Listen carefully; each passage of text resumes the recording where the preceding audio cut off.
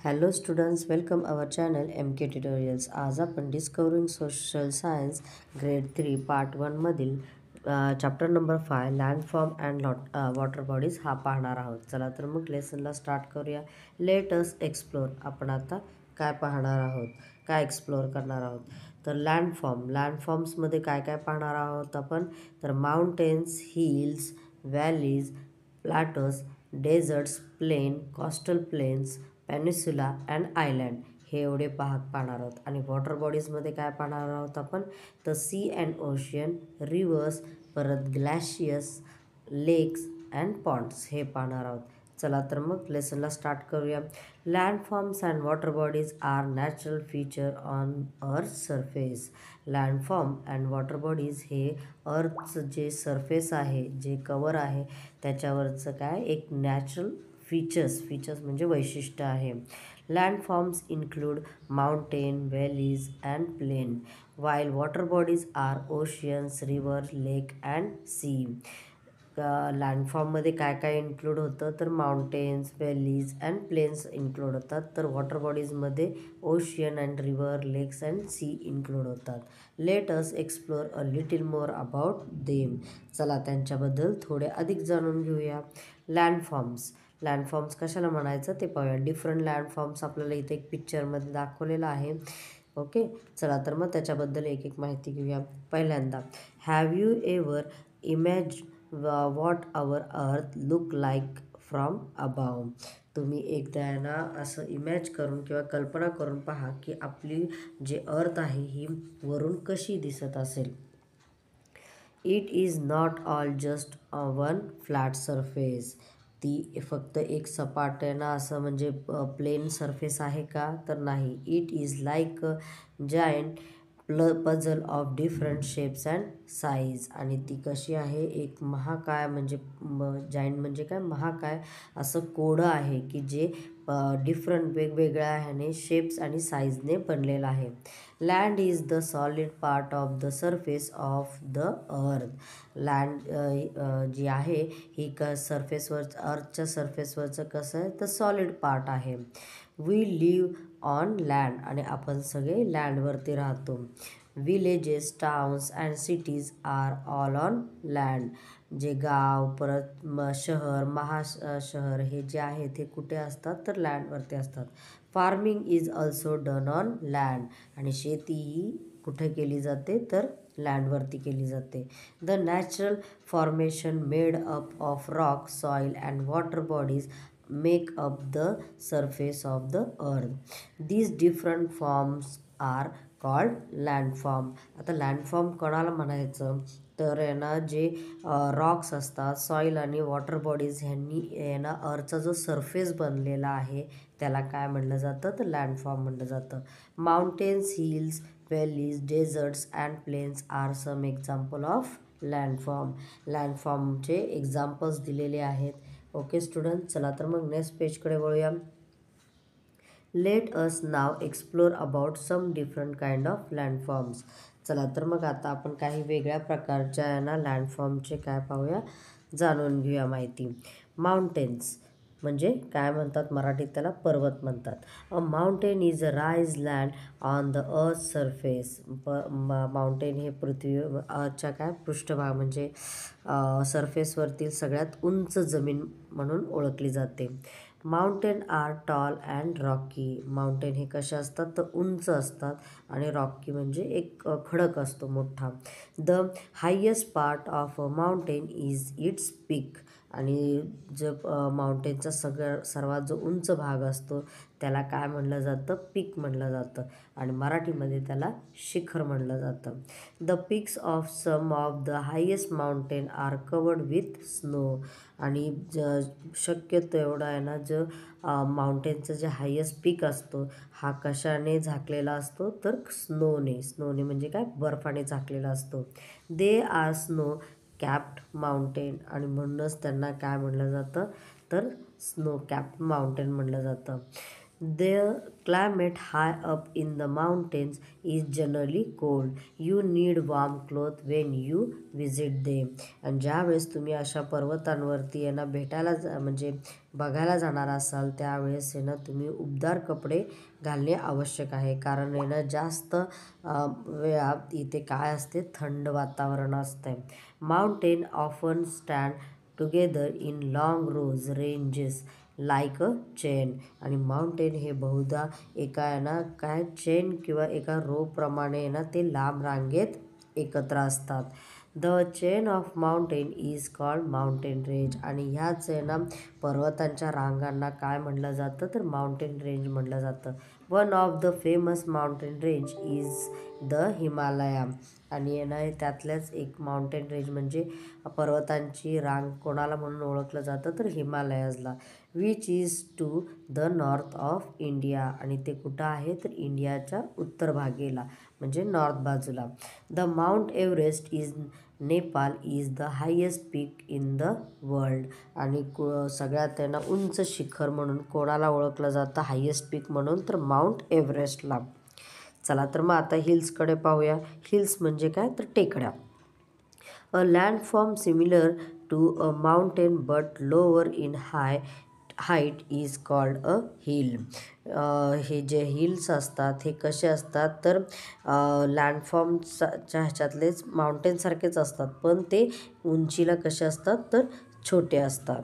Hills receive a heavy rainfall. आणि डोंगराळ ह्या भागात आहे ना पाऊस कसा असतो, मुसळधार पाऊस असतो. People who live in hilly area build their houses with sloppy roof. आणि ह्या ठिकाणी राहणारे लोक त्यांच्या शक्यतो घरांच्या ना जे छत असतं ते कसं बनवतात, तर उताराने बनवतात, स्लिपी बनवतात. For the water run of. का, तर पाणी त्यातून वाहून जाण्यासाठी. They also make steps on the slope of the hills for farming. आणि ते त्यांच्या शेतीसाठी सुद्धा ह्या डोंगराळ जे भाग आहे त्याच्यावरती काय करतात, पायऱ्या करतात फार्मिंगसाठी.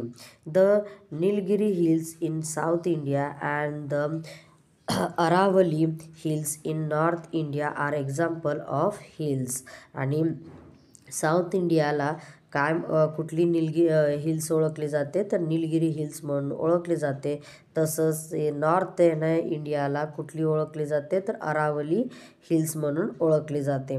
The Nilgiri hills are often referred to as the blue mountain due to the blue haze that envelop them. आणि जी निलगिरी हिल्स आहे तिला आहे ना अजून काय ओळखलं जातं, तर तिला निळे पर्वत म्हणून ओळखलं जातं. का, तर तिथे निळ्या धुक्यांमुळे. हेज म्हणजे काय, धुकं. आणि ती नेहमी कशी असते, तर ब्ल्यू म्हणजे धुक्यांनी कवर असते. चला तर मग नेक्स्ट पेजकडे वळूया. Valleys. A valleys is a low land area between hills and mountains. Valleys हे कशा आहेत, तर यांना म्हणजे हिल्स आणि माउंटेन ह्यांच्या खालचा भाग, सखल भाग म्हणजे प्लेन भाग जो असतो त्याला म्हणलं जातं. तर some valleys have rivers running through them. आणि काही व्हॅलीजच्या मधून ना काय होतंय, तर नदी वाहत असते. Such valleys are called river valleys. म्हणून अशा ना व्हॅलीजला काय म्हणलं जातं, तर ही दर्यांना नदीच्या दऱ्या म्हणलं जातं. Like the plain valley have rich soil where farmers grow crops. आणि अशा ह्या दऱ्यांखोऱ्यांमध्ये माती कशी राहते, मग ना एक चांगली राहते, ग्रो होते, हे असते, रिच सॉईल असते. त्याच्यामुळे इथं जास्त ना फार्मर्स काय करतात, क्रॉप ग्रो करतात. दे also have thick forest and where is animal life. आणि ह्या ठिकाणी काय बरेच आहे ना काय, तर फॉरेस्ट आहेत आणि वेगवेगळे ॲनिमल लाईफसुद्धा पाहिलं जातं. The Kashmir valley in Jammu and Kashmir and the valley of flower in Uttarakhand are famous example of valleys. The Kashmir valley is known as paradise on the earth for its breathtaking natural beauty. आता इथे आपल्या इंडियामध्ये जम्मू काश्मीर मध्ये काय काश्मीर व्हॅली म्हणून ना ओळखली जाते. तसेच व्हॅली ऑफ फ्लावर म्हणून उत्तराखंडमध्ये आहे ना हे एक उदाहरण आहे, फेमस उदाहरण आहे व्हॅलीजचं. आणि काश्मीर व्हॅलीलाच आहे ना काय म्हणलं जातं तर आहे ना पॅराडाईज म्हणजे स्वर्ग म्हणलं जातं. का तर तिथे आहे ना इतकीच नैसर्गिक सुंदरता आहे की ते एक स्वर्ग म्हणून ओळखलं जातं. Did you know the valley of flowers in Uttarakhand is non for its rare and beautiful flower that blossom in the summer season. आणि उत्तराखंडमधील आहे ना ही जी व्हॅली ऑफ फ्लावर आहे ती उन्हाळ्याच्या हा जे सीझन असतो त्यावेळेस तिथं वेगवेगळे असे दुर्मिळ आणि सुंदर फुलं काय होतात, ब्लोम होतात म्हणजे फुलतात. रॅपिड फायर 1 हा आपण नंतर पाहणार आहोत. चला तर मग आता नेक्स्ट पॉईंटकडे वळूया. प्लॅटोज पाहूया. A plateaus is an elevated area which has a fairly flat or even surface and very steep sides. Since it is flat at the top, it is also called tableland. आता प्लॅटूज हे काय आहे तर elevated area आहे म्हणजे काय असं उंच असा भाग आहे. Which has a fairly flat आणि तो कसा आहे तर असा सपाट आहे, बराचसा असा काय असतो सपाट असतो. इवन सरफेस म्हणजे प्लेन एकसारखा असतो. अँड व्हेरी स्टीप साईड्स म्हणजे खूप उंच असतो. Since it is flat at the top आणि तो वरच्या बाजूला असा सपाट असल्यामुळे त्याला आहे ना त्याचं दुसरं नाव काय आहे तर टेबललँड म्हणून त्याला ओळखलं जातं. ओके स्टुडंट्स, हा समजला. चला तर मग आपण नेक्स्ट पेजकडे वळूया. द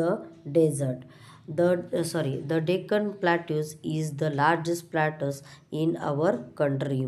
आणि जे डेक्कन आहे ना प्लॅटूज आहे हे देशातलं म्हणजे अख्ख्या कंट्रीमधलं सर्वात मोठं प्लॅटूज म्हणून ओळखलं जातं.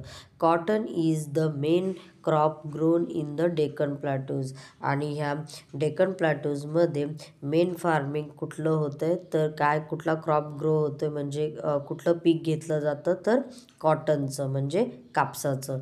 The Chota Nagpur plateaus is another example of plateaus. आणि छोटा नागपूर म्हणून आहे ना काय ह्या प्लॅटूजचं अजून एक उदाहरण आहे.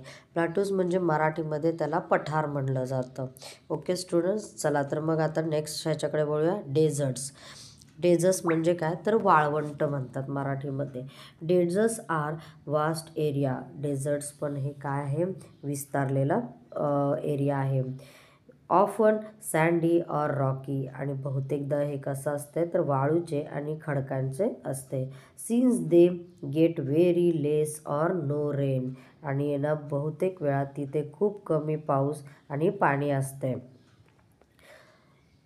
दे आर व्हेरी ड्राय आणि म्हणून मग आहे ना तिथे तो एरिया कसा असतो खूप सुका असतो.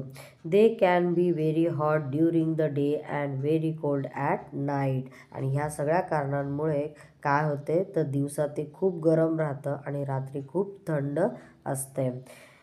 Due too harsh condition very few plants like the cactus grow in the desserts. आणि ह्या असल्या काय हार्श कंडिशनमध्ये तिथे ना फक्त काय होतं कॅक्टससारखी वनस्पती फारच कमी प्रमाणात आढळून येतात. Some animals like camels, black bugs, foxes and lizard are found there. आणि तिथे कुठले कुठले ॲनिमल्स पाहिले जातात तर camels, black bugs and foxes and lizard पाहिले जातात. The Antarctica is the largest desert in the world. आणि अंटार्क्टिका हाच काय तर वर्ल्डमधला सगळ्यात मोठा डेझर्ट म्हणून ओळखला जातो. The Thar desert or the great Indian desert is the largest desert in India. आणि इंडियामध्ये दोन कुठले मोठे डेझर्ट आहेत the Thar desert and the great Indian desert म्हणून ओळखले जातात.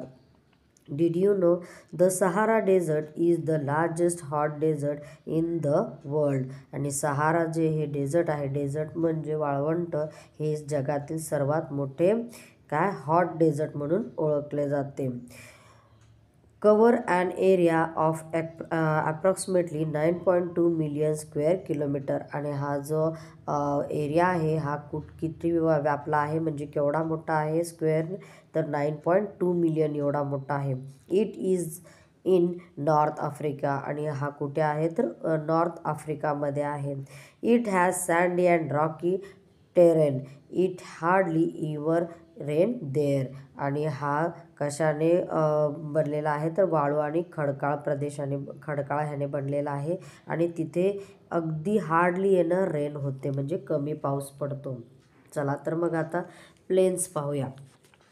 Planes are vast flat area on the earth surface ideally situated for human settlements. आणि प्लेन्स हे काय आहे तर अर्थवरती ना सगळ्यात ना वास्ट म्हणजे काय विस्तारलेला प्रदेश आहे. आणि इथेच ना सगळे काय ह्युमन सेटलमेंट्स आपल्याला दिसून येतात. Some of the plains have rivers flowing through them like the Ganga and the Yamuna in the northern plain of India. भारताच्या इंडियाच्या उत्तर भागातील उत्तर म्हणजे नॉर्थर्न प्लेन्सला गंगा अँड यमुना ह्या ज्या रिव्हर्स आहेत ह्या काय करतात, या नद्यांमुळे ते जे प्लेन आहेत हे काय होतात वाहतात तिथून. These reverse have made the soil very fertile. आणि ह्या नद्यांमुळे तिथली सॉईल जी आहे, तिथली माती जी आहे ती काय होते फर्टाईल होती म्हणजे सुपीक होती.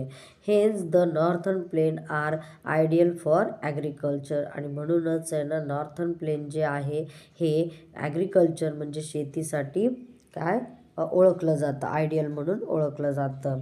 But the plain are not just suitable for farming.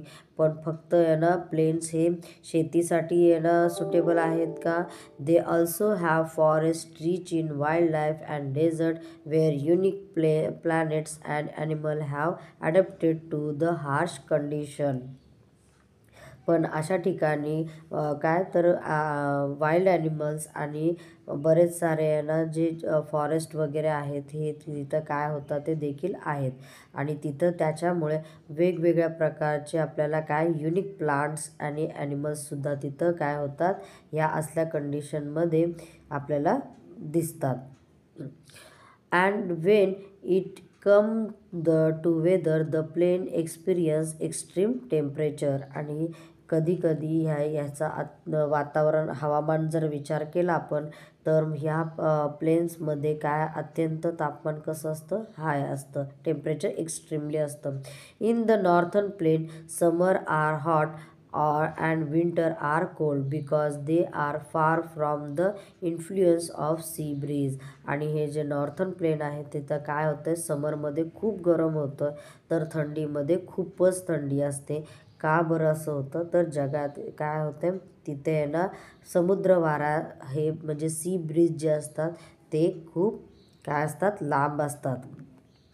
The West Siberian plain in Russia is considered to be the world's largest plain. आणि रशियातील पश्चिम सायबेरियन जे प्लेन आहे हे जगातील सर्वात मोठे प्लेन म्हणून ओळखले जाते.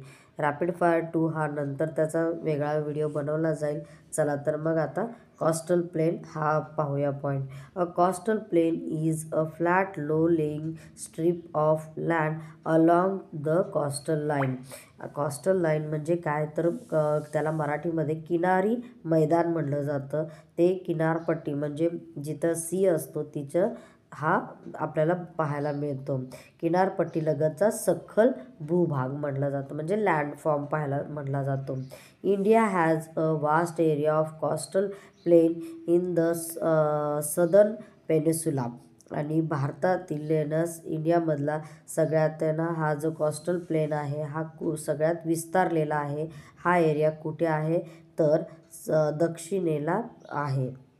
आणि पेनिन्सुला म्हणजे काय तर द्वीप म्हणजे जिथे आपण पेनिन्सुलाचा हा पॉईंट हा नेक्स्ट ह्याच्यात पाहूया. These plains have a moderate climate. आणि इथं जे हवामान असतं ते कसं असतं तर मॉडरेट म्हणजे मध्यम असतं. Neither very hot nor very cold because of the sea breeze. आणि जास्त गरमही नसतं आणि खूप थंडही नसतं. का तर आहे ना इथे काय आहे, समुद्राच्या वाऱ्यांमुळे हे सगळं कंडिशन क्लायमेट तयार होतं. The plains receive plenty of rainfall making them ideal for agriculture. आणि इथे ह्याच्यात आहे ना भरपूर पाऊस पडत असतो की जो शेतीसाठी काय असतं, चांगलं असतं. रेनफॉल कसा असतो तर मेकिंग प्लेंटी ऑफ रेनफॉल, त्यामुळे ॲग्रिकल्चरला हे आयडियल मानलं जातं. The coastal plain of Kerala and Tamil Nadu are example of the coastal plain. आणि हे तमिळनाडू आणि केरळा हे जे आहे ना कोस्टल प्लेन आहेत हे इंडियामध्ये ओळखले जातात. ओके स्टुडंट्स, आय होप आत्तापर्यंत इथपर्यंत तुम्हाला हा चॅप्टर व्यवस्थित समजला असेल. प्लॅट्यूज आणि हे जे बाकीचं आहे सॉरी पेनिन्सुला आणि वॉटर बॉडीज ह्याचा मी नेक्स्ट चॅप्टर वेगळा बनवेन. थँक्यू.